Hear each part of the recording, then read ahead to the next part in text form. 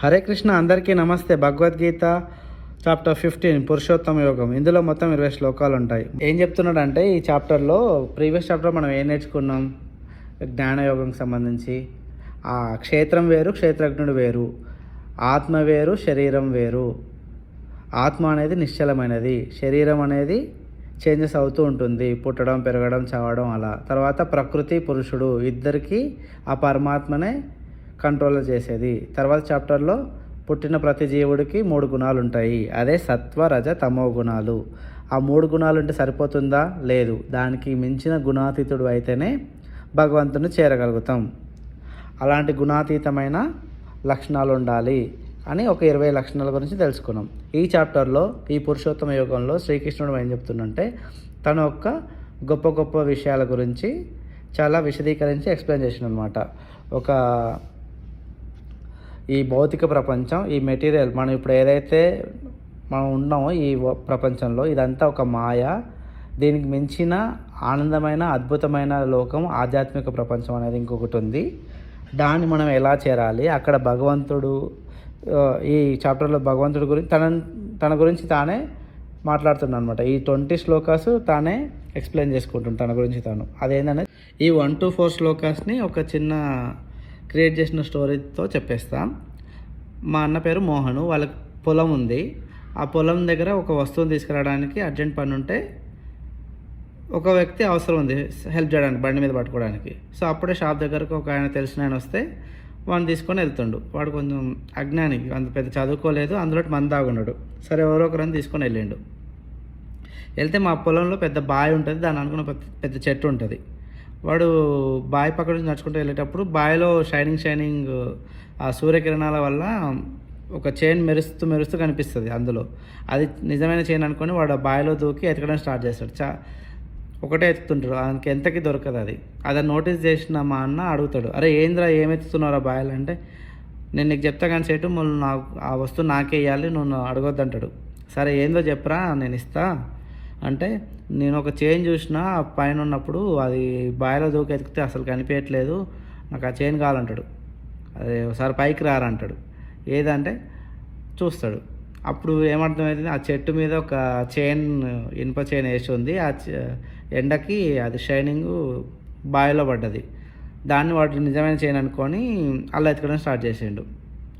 ఒకసారి తలెత్తి పైకి చూడరా, ఆ చైన్ ఆడుంది, పోయి ఆ కమ్మని నరుకొని ఆ చైన్ తెచ్చుకోపో, ఏం చేసుకుంటావు అని అంటాడు. అంటే ఈ స్టోరీలో మనం ఏం తెలుసుకోవాలంటే, ఇప్పుడు మనం ఈ ప్రపంచంలో, అంటే ఈ భౌతిక ప్రపంచంలో ఏదైతే మనం ఎక్స్పీరియన్స్ చేస్తున్నామో, what ever it may be, కోరికలు, ఆశలు, అహంకారం, ఈగో, జలసి, బంధాలు, ప్రేమలు, కష్టం, సుఖం, బాధ, ద్వేషం, ఎక్సెట్రా ఎక్సెట్రా ఏమీ నిజం కాదు.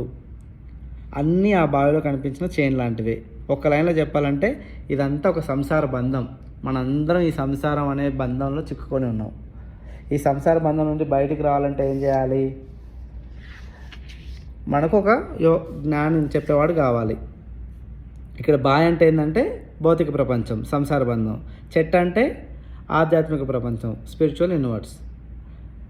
అది రూట్స్ లాగా కనిపించట్లేదు కదా. అలా ఈ మెటీరియల్ యూనివర్స్ని వదిలి మనం స్పిరిచువల్ యూనివర్స్ చేరాలంటే ఎలాగైతే మా అన్న హెల్ప్ చేసిండో వాడికి, అలా మనకు కూడా గురువుస్ కావాలి. ఎలా?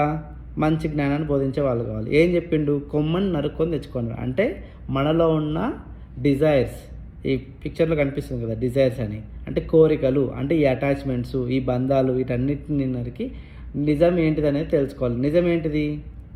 ఆ చెట్టు అంటే రూట్స్. ఈ చాప్టర్లో చెప్పింది అంటే రూట్స్. ఆ రూట్సే భగవంతుడు. ఆ భగవంతుని చేరాలి అని చెప్తుండు. ఇక్కడ 4 to 6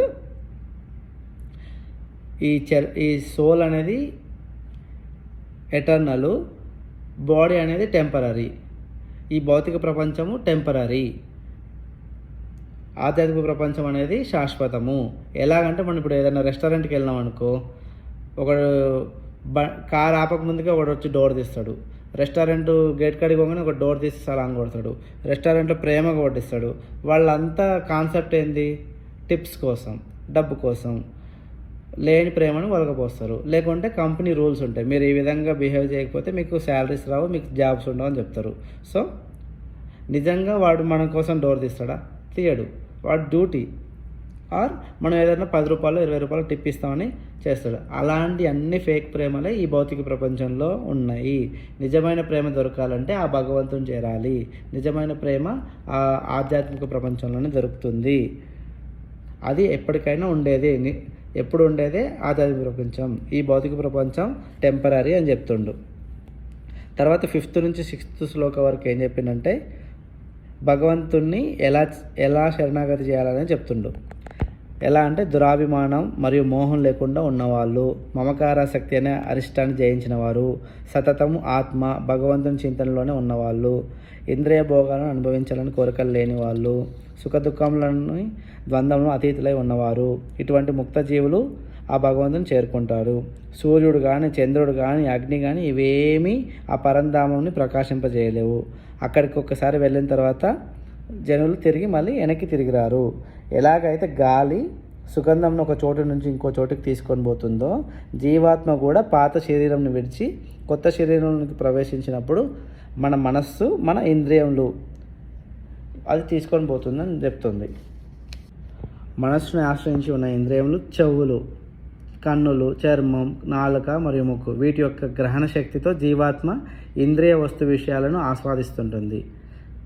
గట్టిగా పరిశ్రమించే యోగులు కూడా దేహంలోని స్థితమై ఉన్న ఆత్మను తెలుసుకోగలుగుతారు. కానీ ఎంత ప్రయత్నించినా అంతఃకరణ శుద్ధి లేని వారు మాత్రం దీన్ని తెలుసుకోలేరు. అంటే మనం ఏ మార్గంలో పోవాలంటే సంసార బంధంలో ఉండే అటాచ్మెంట్స్ని వదులుకోవాలి. ఆశలు కోరికలు లేకుండా ఉండాలి. ఏం ఆశించకుండా ముందుకు సాగుతూ పోవాలి. మనకు ఎట్లా తెలుస్తుంది? ఇప్పుడు ఒక బావిలో ఉన్న కప్పకి తెలియదు కదా ఒక సముద్రం ఎంత విశాలమైనదో, ఒక నది ఎంత పెద్దగా ఉంటుందో. ఈ బావిని వదిలి అవతలకు పోతే కానీ మనం ఎంజాయ్ చేయొచ్చు అనేది ఆ కప్పకి ఏ విధంగా తెలియదో, ఈ భౌతిక ప్రపంచంలో ఉన్న మనకు కూడా ఆ ఆధ్యాత్మిక ప్రపంచంలో ఉన్న ఆనందం అది ఎక్స్పీరియన్స్ చేసే వరకు మనకు అర్థం కాదని చెప్తుండు. తర్వాత 12 to 15 శ్లోకాలో శ్రీకృష్ణుడు తన విశేషత గురించి చెప్పుకుంటున్నాడు అనమాట. శ్రీకృష్ణుడు జీవ అస్తిత్వానికి కావాల్సినవన్నీ సమకూర్చేది తానే అని చెప్తుండు ఇక్కడ. ఆయన భూమండలంను శక్తివంతం చేసి దానిని ఆవాసయోగ్యం చేసేది తానే అంట. చంద్రుడికి సమస్త వృక్ష సంతతిని పోషించగలిగే శక్తినిచ్చింది తానే. మరియు ఆయనే జఠరాగ్నిగా మారి 4 రకాల ఆహారాలను జీర్ణం చేసేది. అంటే మన తీసుకునే 4 kinds ఆఫ్ ఫుడ్స్ని డైజెస్ట్ చేసేది కూడా తానే. ఇక ఇప్పుడు తానే సమస్త జ్ఞానముకు లక్ష్యంను, నేనే సమస్త ప్రాణుల హృదయంలో స్థితమై ఉన్నాను. నా నుండే జ్ఞాపక శక్తి, జ్ఞానం మరి మర్చిపోయేది కూడా నా నుంచే కలుగుతుంది. అన్ని వేదముల ద్వారా తెలుసుకోబడవలసిన వాడను నేనే, వేదాంత రచయితను నేనే, వేదంలో అర్థంను తెలిసిన వాడను నేనే. Everything in the material world comes from him, everything returns to him. Supreme soul transits both manifest and unmanifest. Krishna is the ultimate cause of everything అనేది మనం అర్థం చేసుకోవాలి. ఇక్కడ సృష్టిలో 2 రకాల మనుషులు ఉంటారంట. వాళ్ళు క్షరములు, అక్షరములు. అంటే నశించేవి, నశించనివి. నశించేవేంది? ఈ భౌతిక ప్రపంచంలో ఉన్నాయన్నీ నశించేవి, అంటే మన శరీరం నశిస్తుంది. అక్షరం అంటే మన ఆత్మ, నశించనివి. ఈ రెండింటికి మించిన వాడే భగవంతుడు. ఇంకా సింపుల్గా అంటే దేహం మీద ఆశతో ఉన్న వాళ్ళు మళ్ళీ జనన మరణం అనే చక్రంలో ఉంటారు. వీళ్ళు క్షరములు, వీళ్ళు భౌతిక జగత్తులోనే ఉంటారు. అక్షరములు అంటే వాళ్ళు మోక్షం పొందిన జీవులు, అంటే వాళ్ళు ఇంకా భగవంతుడి ధామంలో ఉన్న వాళ్ళకి ఇంకా మరణం జననంతో సంబంధం ఉండదు. ఎప్పుడు నిత్యం ఆనందం అక్కడే ఉంటారు. వీటన్నిటికన్నా ఉత్తమమైన పురుషుడు శ్రీకృష్ణుడే అంట. అందుకే తనని నన్ను పురుషోత్తముడు అంటారు అండ్ పరమాత్మ అని అంటారు. ఎవరైతే సంశయం లేకుండా, ఎలాంటి డౌట్స్ లేకుండా సర్వోత్కృష్ట పురుషోత్తమునిగా తెలుసుకుంటారో వారికి సంపూర్ణ జ్ఞానం ఉన్నట్టు. ఓ అర్జున, వారు హృదయపూర్వకంగా నన్నే భజింతురు. అత్యంత రహస్యమైన వేదశాస్త్ర మూలతత్వంను నేను నీకు తెలియజేశాను. దీనిని అర్థం చేసుకునే వ్యక్తి జ్ఞాని అవుతాడు, మరి సాధించవలసినదంతా నెరవేర్చిన వాడు అవుతాడు. సో సింపుల్గా చెప్పాలంటే మనకు నిజమైన తల్లిదండ్రి ఎవరంటే ఆ పార్వతీ పరమేశ్వరులే మన తల్లిదండ్రి, ఆ రాధాకృష్ణులే మన తల్లిదండ్రి అనే జ్ఞానాన్ని సంపాదించిన వాడే సరైన భక్తుడు. అలాంటి నిజమైన భక్తి, నిజమైన నమ్మకంతో భగవంతుని కొలిచిన వాడు భగవంతుని చేరుతాడు.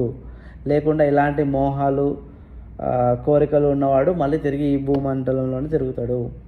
ఈ నెక్స్ట్ చాప్టర్లో కూడా వీటి గురించి, ఒక వ్యక్తికి ఉండే గుడ్ క్వాలిటీస్ బ్యాడ్ క్వాలిటీస్ ఏందో ఆ చాప్టర్ మీరు ఇంకా అర్థం చేసుకుంటే ఇంకా మీకు భగవంతుడి మీద భక్తి ఎక్కువ పెరుగుతుంది. సో ఈ చాప్టర్ చాలా సింపుల్, బట్ అర్థం చేసుకోవడానికి చాలా నాలెడ్జ్ కావాలి.